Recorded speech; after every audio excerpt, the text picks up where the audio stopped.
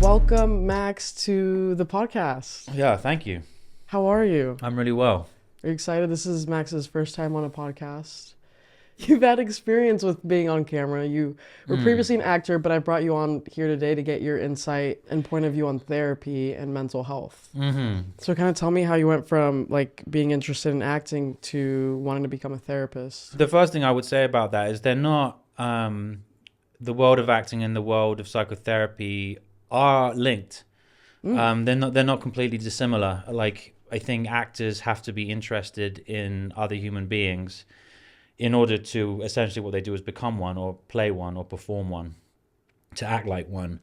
And it takes a great deal of empathy to do that, to imagine yourself in the shoes of someone else, if you like. And psychotherapy is similar. You don't become another person. You have to be yourself. But you do have to become interested in other people and want to empathize with them and understand them and try and make sense of their experience. So they're quite closely connected.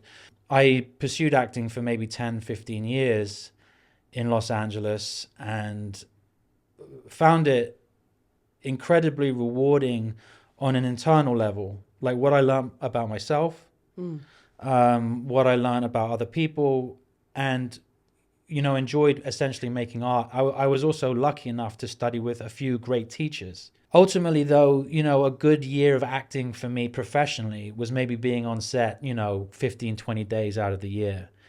That was a good year. And so I did more time auditioning than I did really acting. And why is that the case? Is just people are looking for something really specific? The reason that is because there's so many people trying to do it. There's way more people trying to do it than there are jobs. It's overflowing with people wanting to act, to be discovered, to work. But there's only so many spaces. So most actors are out of work most of the year. And by most, I mean 95%. What did you learn internally through acting?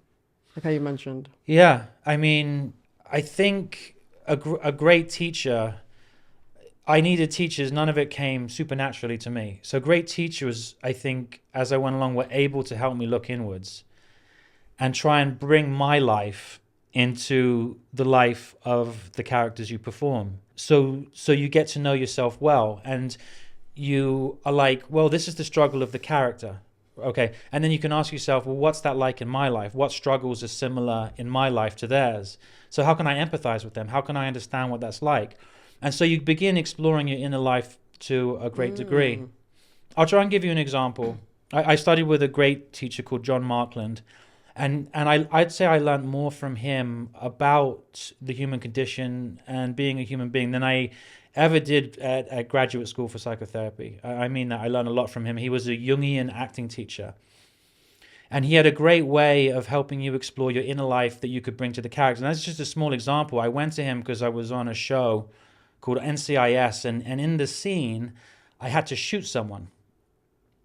And he said, when you go to shoot that person in the scene, I want you to think about killing a part of yourself that you don't like, that you want to get rid of. And by just thinking about that, thinking about a part of myself that I want to destroy, that I want to get rid of, it kind of gives me a real enthusiasm for the scene and gives me, I don't have to think about anything else. I can really connect to wanting to destroy a part of myself I don't like. And then I have real intensity when it comes to the scene. You're making it personal. I'm making it personal. Yeah. I mean, that's a very small example. And when we were working together in class and you were working in relationships with people you were playing that you loved or hated or getting divorced with or trying to sleep with or trying to get away from, when you're dealing with relationships that complex, then you start bringing a lot of yourself to all aspects of the drama. And that can be a very rewarding thing to do. Yeah, ultimately, I feel like I learned a lot from it. I was really grateful for it. But the lot of the out-of-work actor is a very difficult one, very stressful, going out on auditions, being rejected constantly. And still having to keep going. And having to keep going. Yeah. And then also, to be honest, finding out kind of when you got to the pearly gates, which is maybe you got on a TV show and you got to be on that show consistently. Maybe it wasn't as great as you thought it would be. You know, maybe it wasn't as rewarding as you thought it would be. And you know, I tell people that are interested that I enjoy doing psychotherapy way more than I ever did acting. Because, and then you said the kind of the correlation can also be putting yourself in other people's shoes because of the empathizing you have to do and the understanding. You have to have, for both professions, you have to have some interest in other people and wanting to empathize with them and wanting to understand and wanting to put yourself in their shoes. You can never fully put yourself in someone else's shoes. In the acting world, you know, Daniel Day-Lewis is a great example of this. He's an actor that literally lives like the character year in, year out. He really tries to put himself in the shoes. So when he was playing Lincoln, he would only eat with knives and forks that were made in the 1800s. He would only cut his beard with instruments that were made in the 1800s. He would walk around between days off, walk around as Lincoln, you know, trying to fully immerse himself. But the truth is, he can never fully become another person.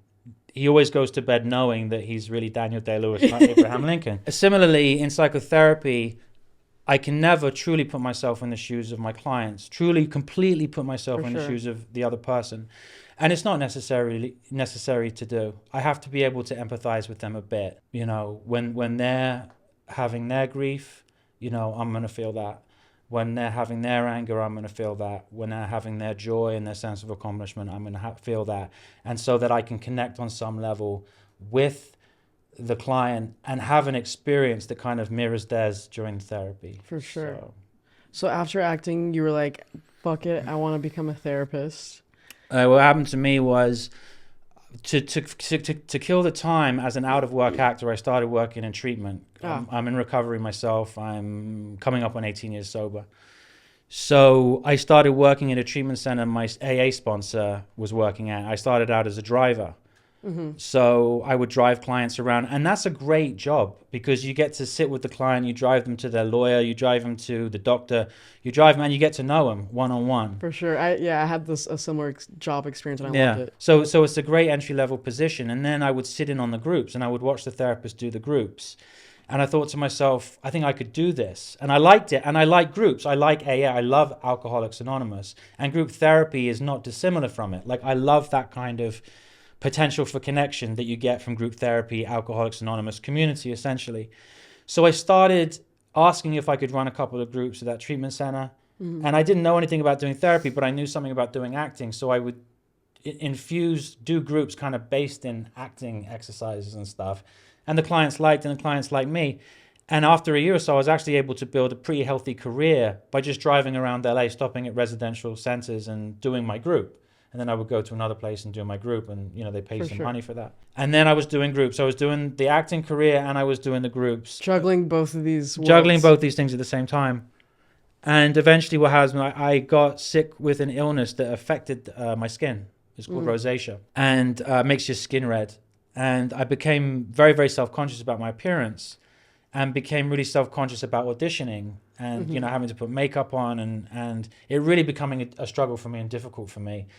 And I was at the time, I was like, I'm getting good at these groups. I like working in treatment. I'll go back to school and get my master's, you know, and possibly become a psychotherapist. And when I made the decision to do it, I wasn't all in. But as I was studying, what I discovered was I was way better at doing that than I was at acting. And I'll tell you how I knew that was that I was more able to work hard at it. I was more able to work hard at being a therapist and, you know, pushing myself to develop the skills that were necessary to become a really competent psychotherapist than I was at pushing myself to develop the skills that would make me a competent actor. And I think once you've discovered the thing where the work doesn't feel like work, that you just do it anyway, then that's the thing you have to do with your life. For sure. Does that make sense? Completely agree. Yeah. Something you want to just even learn more about or study more. Right. Yeah. It's like a joy. The rigor that you have to make art. People mistakenly think that some people think that actors just show up on set and then they act. But it takes a lot of work to be able to do that, to prepare your body, to perfect your voice, to work on your accent. learning the lines. learning the lines. There's a lot of work that goes into it, and I never found that work particularly enjoyable. And it's probably one of the reasons I didn't succeed maybe as I wanted, was I didn't really like working hard at it. Yeah. And psychotherapy, the art, the science, the practice of psychotherapy has been something that's been way easier for me to work really, really hard at. And then now, how long have you been a therapist for now? Well, I've been practicing, including groups, I'd say, 8-9 years. I went back to graduate school, I think 5 years ago, and I only got licensed last about 13-14 months ago. I just got licensed. Yeah, it's a long process. I was just yeah, it is. I was just having a conversation with somebody yesterday. They want to be a psychologist, like diagnosing people, and I was like, you really like just have to be committed to that kind of job. You can't just go on a whim, like, hey, I think I want to do this and study for 10 years. It's like it's a process, and if you want to be something of that nature, it's commitment. Yeah, it's a big commitment. Right. So what do you think, what's your therapeutic approach? With group therapy, once I'd gone to school, and I still do some group therapy, I practice what's called here and now focused or interactional group therapy, which is a form of group process. But the focus is really on what's going on in the here and now of the group. And the theory of that is that talking about the past is not going to bring about real change. Talking about the future is not going to bring about real change. What you really want to focus on is what's happening here and now between the clients in the room. And so the trick to really have powerful groups is to keep the focus on how they're affecting each other and see if they can communicate it to each other. See if they can have the felt experience and take the risk of sharing with each other what's going on for them in the moment, how the other people are affecting them in the moment, how they want to affect other people in the moment. That's the power of group therapy. My focus in individual therapy, which is where 95% of my work is on a modality called intensive short-term dynamic psychotherapy. It's a mouthful and not a particularly memorable title. It's a dynamic form of therapy. So what that means is it's most interested in what's going on below the conscious level. It's most interested in the unconscious. Yeah. And how our lives and our decisions and the things we suffer from are being driven by things that we're not aware of. And the role of the task of the psychotherapist and the client is to make a team by which they can explore what's going on underneath the conscious, in the unconscious, bring it to awareness and begin to pick apart why they're suffering and why they're struggling. What's the percentage of like all of our decisions are subconscious or unconscious? Right. Like only like 3%. I might be wrong. Well, the picture that's most commonly used to explain it is the iceberg. You see the tip of the iceberg at the top, and then below the surface is the huge block of ice. The exact percentage, I don't know. But there's a lot, and it's definitely worth looking into. It traces its history back to Freud and his description of the unconscious and the ego, which is the conscious, the id, which would be the unconscious, and the superego, which is the consciousness that society gives you. And it traces its way back to Freud, all the way to the beginning of psychoanalysis, and has made the point of the therapy that I explore is to try and speed the process up. So I'll tell you a bit about the history. Okay. Let's hear it. So it was discovered or invented by a man called Habib Davanloo in the 60s and 70s, late 60s, 70s, and then 80s. He was a psychoanalyst, a Freudian psychoanalyst that became frustrated with the inconsistency of the results he was getting and also the amount of time it took.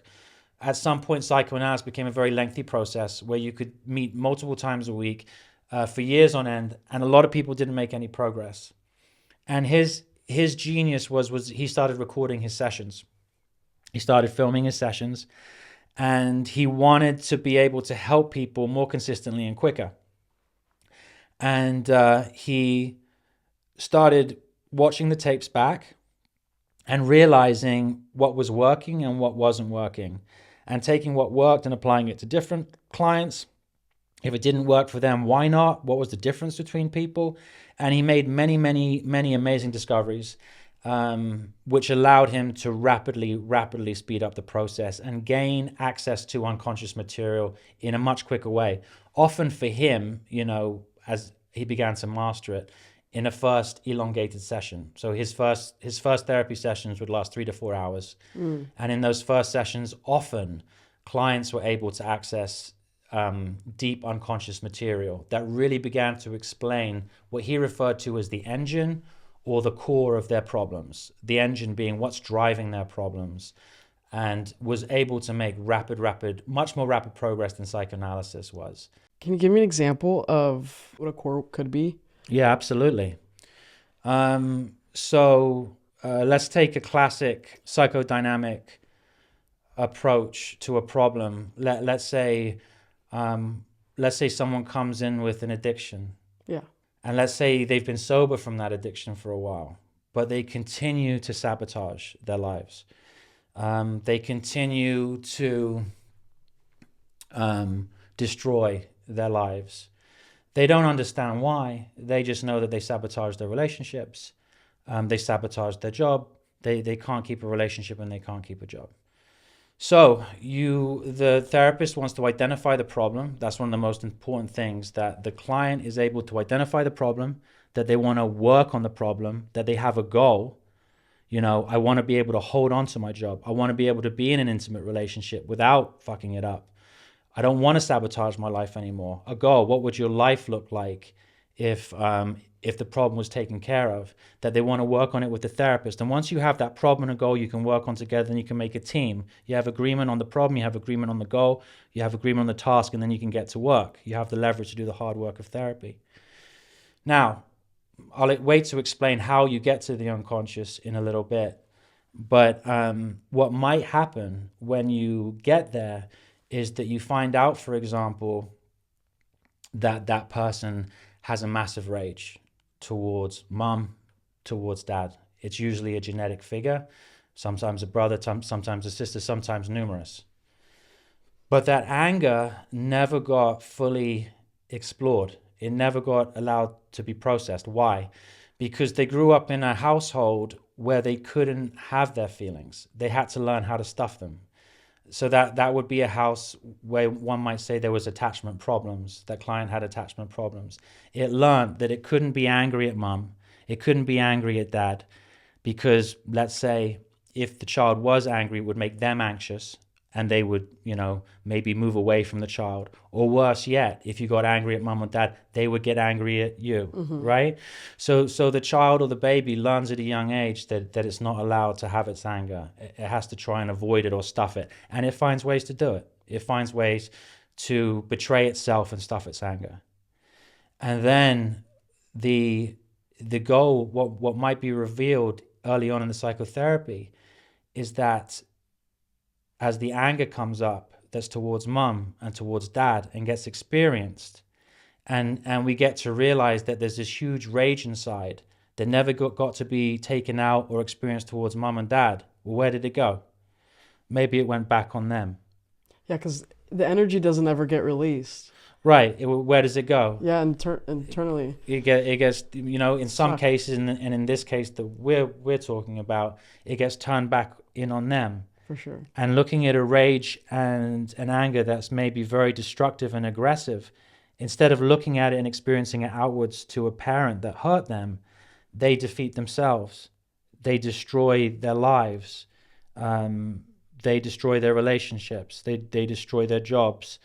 The aggression gets turned inwards in them and destroys them, and also, no doubt, through the drinking and using.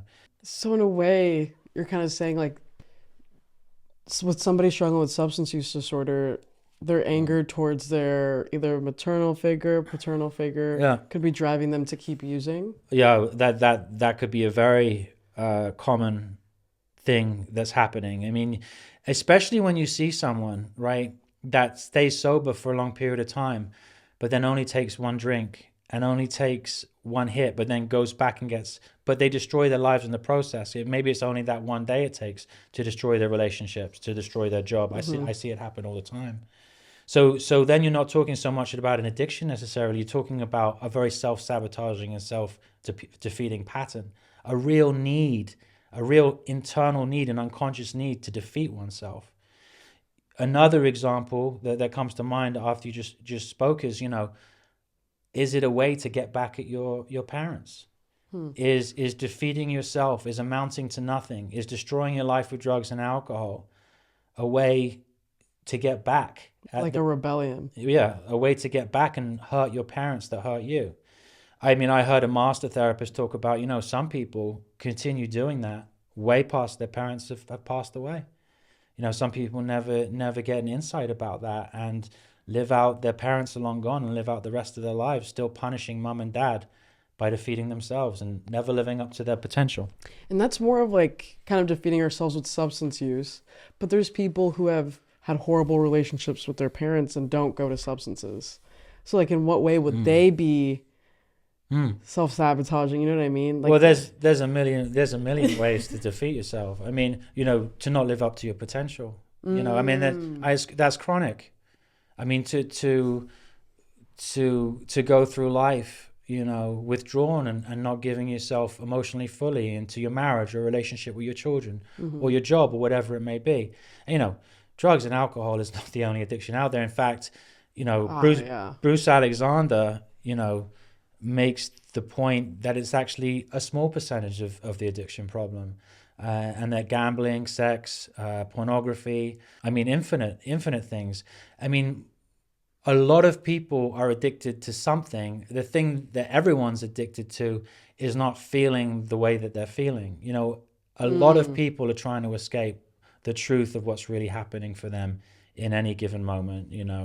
Netflix, phones now is the new one. Just people just constantly distracting themselves on social media and yeah, I've been getting annoyed with myself recently with the amount of scrolling I do. It's like I like become aware of it. I'm like, dude, I get this phone away from me. I'm like really on the verge of doing like a social media detox. Right. But then it's like I'm so committed to being on social media and having a presence. Right. That it's hard. Well, yeah, I understand. I mean, I get a lot of useful information from there. Yeah, that too. In terms of the communities I'm involved with. But yeah, you can spend and waste a lot of time just kind of focusing on, what some people appear to be having and you don't have. And, I mean, a lot gets talked about the effect on kids, especially.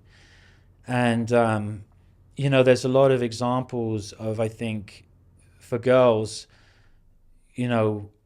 of how not to be, a woman, and a lot of examples for boys of how not to be a man on social media. A lot of people are getting worshipped and maybe for not the best reasons. And we know that the effects on children's mental health is not positive. Yeah, like there's a new term now, iPad kids. What does that mean? So it's basically like, say you're at a restaurant, you go to a restaurant, you're sitting down with somebody, say, me and you were going out to dinner. Across like the way you see a family, but like all the kids are on their iPads instead of like being present at the dinner or like playing a game really loudly or watching a YouTube video really loudly. Right. They can't even like sit down and have a dinner or a lunch with their family because they have to just be distracted constantly with the screen. Right. Or even like kids don't go to parks anymore. Right. Because they just have their tablet, and a lot of parents use it almost as a way of babysitting. Like, oh, this will keep my kid calm. So that's like an iPad kid. Yeah, I see. I don't think the problem is that we're not really designed for that. It's abnormal. I mean, I was thinking about it coming over here was when I was a kid, when I was 11, 12, 13, it was like you'd go around with the other kids in the garden and go on adventures, whether it was on your bikes or whether it was climbing up scaffolding or going into a defunct building, something that was slightly dangerous and you could connect with and you had a goal and it was like kind of scary, but you were a team and you went after it, and you get dirty and maybe get a cut, but you really connected with the people you did it with. That's kind of what human beings are designed to do. And part of, as a child, learning how to do that is part of how we learn how to become human. And I don't think the same lessons are being taught through the iPad experience, the phone experience. So it's I don't know what the long-term effects will be or how it will change things. The truth of the matter is I don't think there's any going backwards from it. Oh, there's not. Have you seen the Apple VR headset thing? I forgot what it was called, but you know what I'm talking about. What do they have, like the goggles on?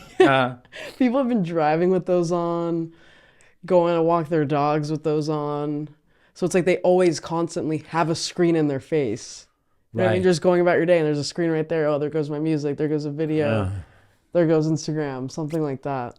My reaction as someone that works in, the mental health field is that's slightly concerning. I feel like there's a real need to escape reality, to block reality out, and to pursue some other reality that is maybe more interesting or calming or safe for you. I don't know if that can be a good thing. Is it like, do we all have issues to where we just want to escape reality? Is that why we mindlessly scroll? Is that why we just want to get lost? I personally want to dissociate with like reality TV. That's been my thing recently. Just watching reality TV and worrying about somebody else's life rather than mine. Right. Like, why? Like, is it because I have issues and problems, or is it just like a thing that we all...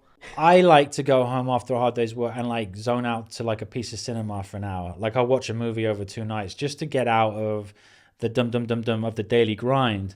I think there's nothing wrong with that. I think though, maybe I'm letting myself off the hook, but I think if you're like constantly distracting yourself through, really superficial and soulfully unfulfilling media, that could become a problem. And I definitely think, if you're just distracting yourself from your life, if you feel like you have a need that you have to distract yourself from your life consistently or constantly, like that's a bad sign.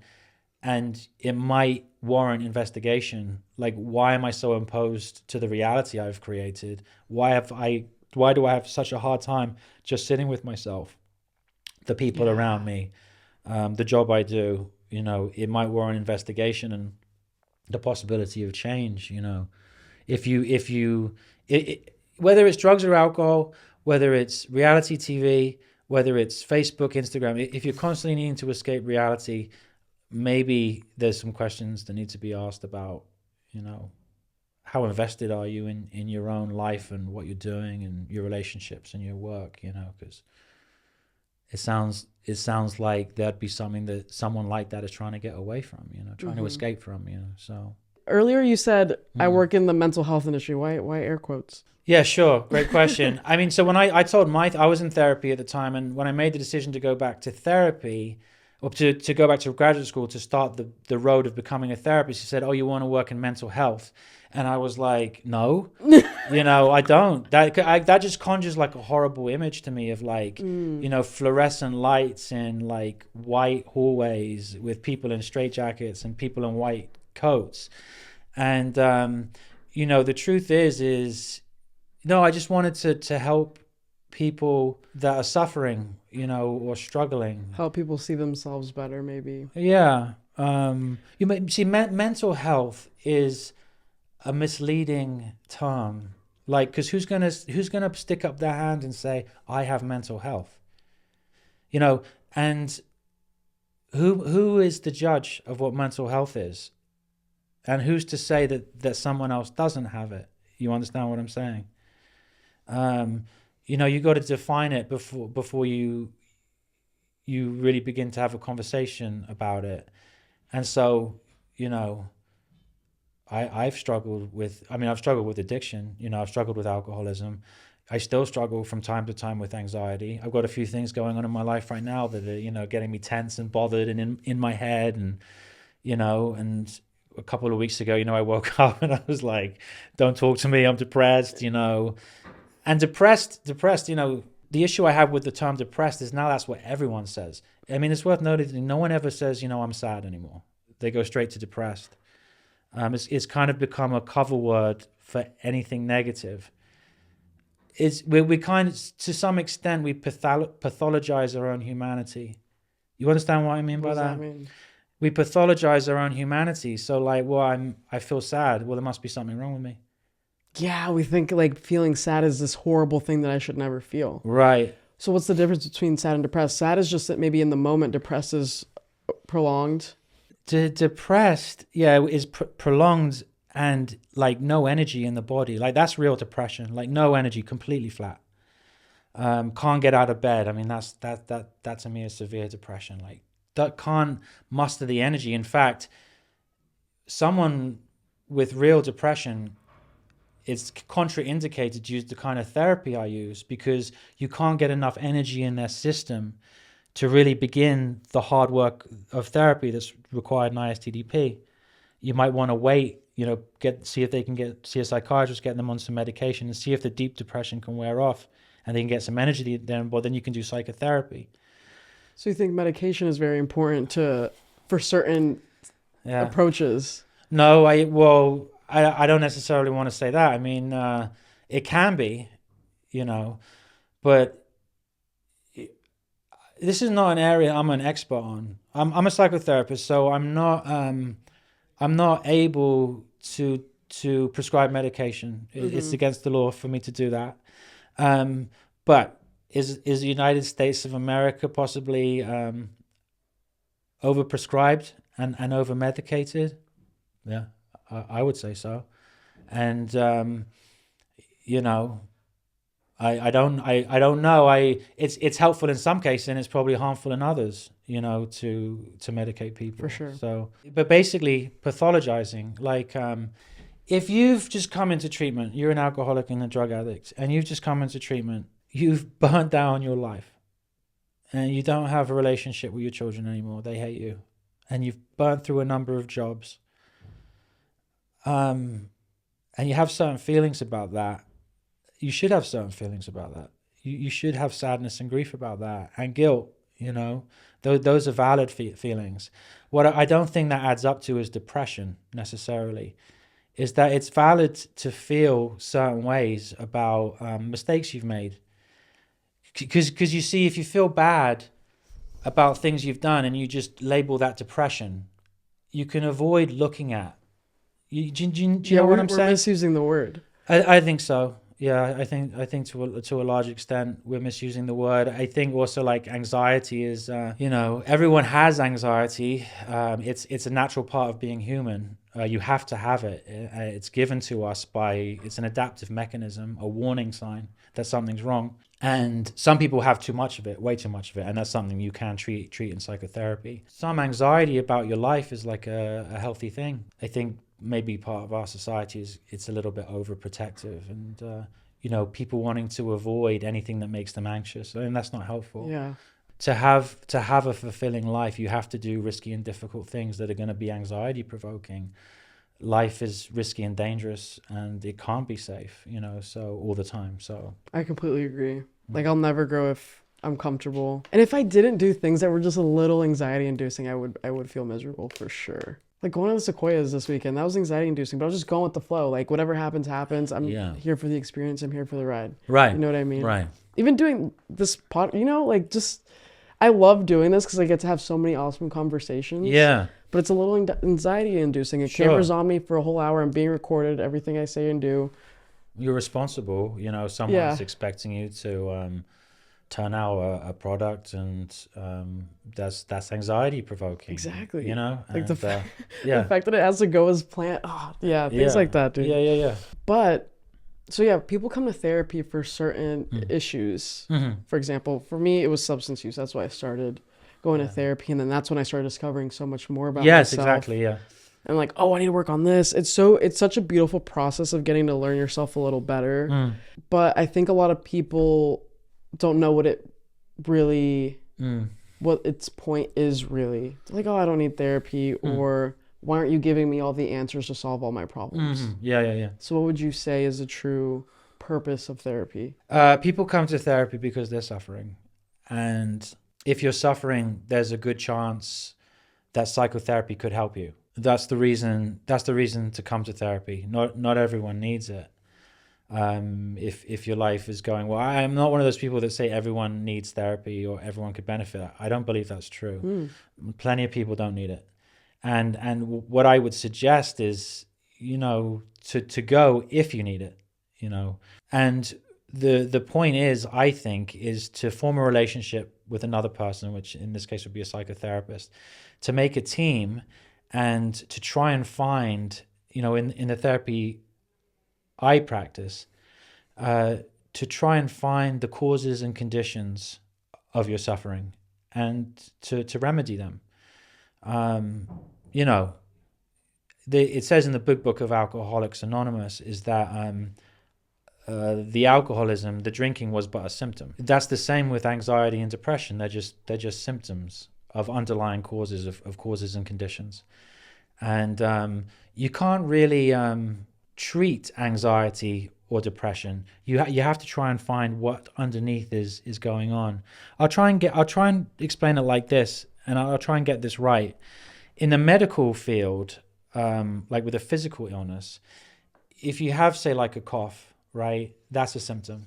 Mm-hmm. And if you say like you got some tightness in your lungs, that's a symptom. And if you're getting headaches, that's a symptom. But you can't treat that in of themselves. They're symptoms. If you go to the hospital, what a doctor could tell you if they do the test is you have COVID. You know, that's the underlying problem that's causing your symptoms. And then you treat the COVID. That's what the doctor would try and do. Similarly, anxiety, depression, drug addiction, it's really trying to find the causes and conditions over those things. And what they might be, in the example we used, is that you might have a lot of anger towards mom and or dad that's getting turned back on you. So another thing that's really important about the modality I was talking about, ISTDP, is what happens when someone comes to therapy is I try and understand what the problem is, what the goal is, and what the task is for the therapy. And as I do that, the client gets more anxious. Right? The reason they get more anxious is that feelings are being generated. It's like I always start the therapy off the same way, exactly the same way, no matter who the client is. The question is, what are the problems that you're having that you would like my help with? And that's a form of pressure. That's a form of putting the ball in your hands and encouraging you to do something healthy for yourself. What do you want to work on? What's the problem that you want to work on? Now, that pressure is interpreted two ways. One is, here's someone that cares about me. He's asking about me. But it's also slightly irritating. And what it does is it triggers two feelings, and those feelings begin to rise. They're called complex feelings. They begin to rise, positive and negative. As the feelings rise, what happens, 95% of the time, because most people that come to therapy have attachment issues and can't experience their emotions in a fully healthy way, is they get anxious instead. So they start getting anxious. The feelings come up and they start getting anxious. And because no one wants to be anxious, what they then use is a defense against their feelings and anxiety. And that's called the triangle of conflict. What I try and do as a psychotherapist in my modality is I try and help the client understand how they're becoming anxious, the feelings are coming up, they're becoming anxious over them, and then they're using defenses. And I ask them, do you see how you're using this defense? Mm-hmm. Do you see how your eyes are going away from me? Do you see how you're taking, a helpless position with I don't know and I can't? Do you see how you're avoiding setting a task and you're looking to me to drive the therapy, right? I start to point out the ways they defend. And if they choose to turn against them, against the defenses, and as the anxiety can be regulated, the feelings will come up and break through. And then you'll have a breakthrough of feeling. And as the feeling breaks through, what that will do is what's called unlock the unconscious. As the feelings break through, unconscious memories will de-repress, and the client will begin to see the engine or core of their problems. They'll get memories. They'll get memories of why, for example, they need to keep me at a distance, why they need to keep the therapist at a distance. It's linked to the pain they experienced in childhood, where they learned that close relationships equal pain. They learned from mom and dad, which should be a close, trusting relationships. They learned that close, trusting relationships are painful. So when people come to therapy, it's immediately triggered as soon as they sit down. is that this unconsciously they know this person wants to get close to me, and this could be painful, and it will be painful. There's no it will be painful. If therapy isn't painful, you're not doing it right. Yeah, and I think that's an important thing to point out, is that therapy is difficult, and it's meant to be difficult. And if it's difficult, you're doing it right. I mean, it can't be too difficult. Yeah, for sure. It can't be like a punishment. And I think that's where a therapist has to be truly skilled, is knowing where the sweet spot is, that the client can tolerate this, and we can move forward and look at this to make the landing as softly as possible, so it's tolerable. But therapy is hard. Who gets up in the morning and thinks to themselves, yeah, I want to go and meet a complete stranger and talk about all the terrible things that have been done to me, maybe all the terrible things I've done to other people, and look at that. No one wakes up thinking, I want to look at that. Yeah, let's like go bring up some nasty memories. Right. But if your suffering is enough, you will do something about it. You do something about it. It may be that the short-term difficulty of therapy is a better option than continuing to live your life in a completely dysfunctional manner. 100%. From what I remember you saying, you said you kind of, when you thought of working in mental health, yeah, you had an idea of what that would look like, and it didn't look pretty to you. So right. In my eyes, that kind of looks like mental health stigma. You're like, oh, do I really want to do that? But then you realize you do. What do you think is a stigma that you've seen with mental health? Maybe some people don't want to seek therapy because they think therapy isn't something for them. Like, oh, I'm not crazy. I don't need therapy. It's like, what's your take on mental health stigma? I don't see that side of things, because the people I see are already in treatment. They've already come to therapy. What I see is there's a lot of fear and anxiety about doing therapy. See, therapy's not for me. I don't need therapy. That to me sounds like, I know it's going to be really difficult. I don't want to do it. Mm-hmm. You know what I'm saying? Like, I'm not ready to go through that. Yeah. Which, like I said, is completely understandable. I mean, there's things I'm dealing with where I'm thinking about, going back to see a therapist. I could use some help around a couple of things in my life, but I know it's going to be really difficult. You got to find someone that you want to build that relationship with.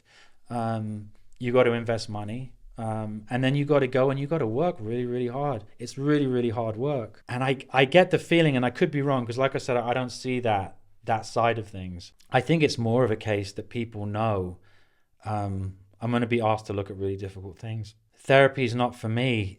It sounds unconsciously someone saying, if you see their life is a mess, and they're saying, therapy is not for me, is that, think about how hard it was to go to AA or NA for the first time. I mean, I'll speak from my own experience, was I didn't go to treatment. I went to AA, but if you've never been, like, what are they going to do? Ask me a bunch of questions? That wasn't what happened. Am I going to be in the hot seat? Are they going to, grill me? Yeah. I mean, I'll give you another really good example I think speaks to this. Is I run the family group at the treatment center I'm clinical director of. And what that means is once a week I do a Zoom session with all the parents of the clients that want to come and meet other parents. There's no clients involved. It's only the families, wives, husbands, mothers, fathers, right? And they can come and they can ask me questions. They can ask each other questions. It's a support group for them. And I'll tell you, we have maybe 50, 60 clients, and we have trouble finding 5 people that will come. And I think the reason the parents don't want to come is they've got it in their heads that they're going to be blamed, that they're going to be exposed, that something's going to come up that they really don't want to look at. And that's not what's happening. This is not an intrusive therapy. It's just purely supportive.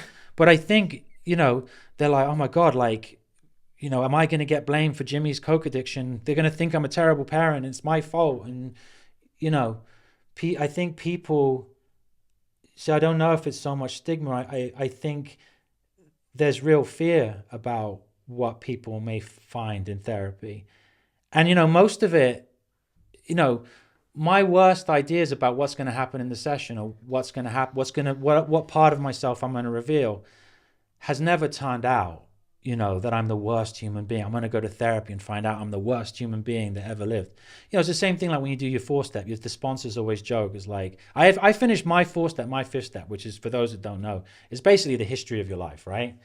And, I think my first sponsor said, you're not the best human being that ever lived, and you're not the worst, And I think a lot of people's fear in their aversion to therapy or therapeutic practices is that they're going to be revealed in front of someone and shamed and embarrassed for being, the worst human being that ever lived. I know, like, we all make mistakes. Some of us make bigger mistakes than others, but we're human, and this is our first time doing this. You know what I mean? Right. We're not perfect. We're gonna do good things and some bad things. That doesn't mean you get extra points for holding the door open for somebody. So do you think there's a stigma surrounding mental health? Like what?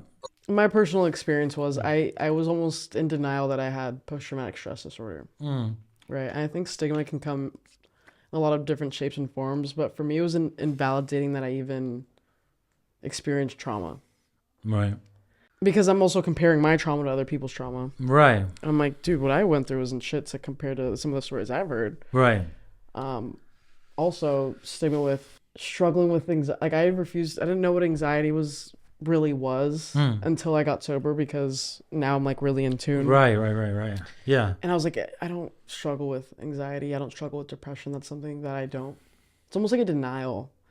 That can be, I think, in my eyes, a mental health stigma. Yeah. I mean, it could be.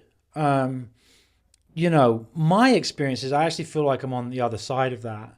And I think, for example, I think things are overdiagnosed, and, the thing now I'm always hearing from people is, they need to work on their trauma, that they've had so much trauma, but trauma now has become a word that everyone's had, it seems. And I'm not saying people haven't, but it's become a kind of go-to to explain things. And I think it's a little vague. Do you know what I'm saying? To explain things. So I think it's one thing now, like if you listen to Gabor Mate, who I admire in many ways. He wrote a really fantastic book about addiction called In the Realm of Hungry Ghosts. But he's gotten a little tired for me because all he talks about is trauma. And there's a kind of belief, I think, on his part that if you just get to the trauma and you talk about it, that's going to resolve the issue. Like it's all about the trauma. And I think it's a little bit closed-minded. It could be, a lot of things. So for me, it really just comes back. See, I don't know how helpful the labels are. It goes back to what I said about, the symptoms. And if you go to hospital, they try and find the underlying cause. If you got anxiety, you got depression, you got trauma. And I'm constantly seeing people that are diagnosed for that trifecta. Some kind of addiction, and then major depressive disorder, generalized anxiety disorder, and post-traumatic stress disorder. And these are things they have, but it's not a whole lot of information. It only says so much.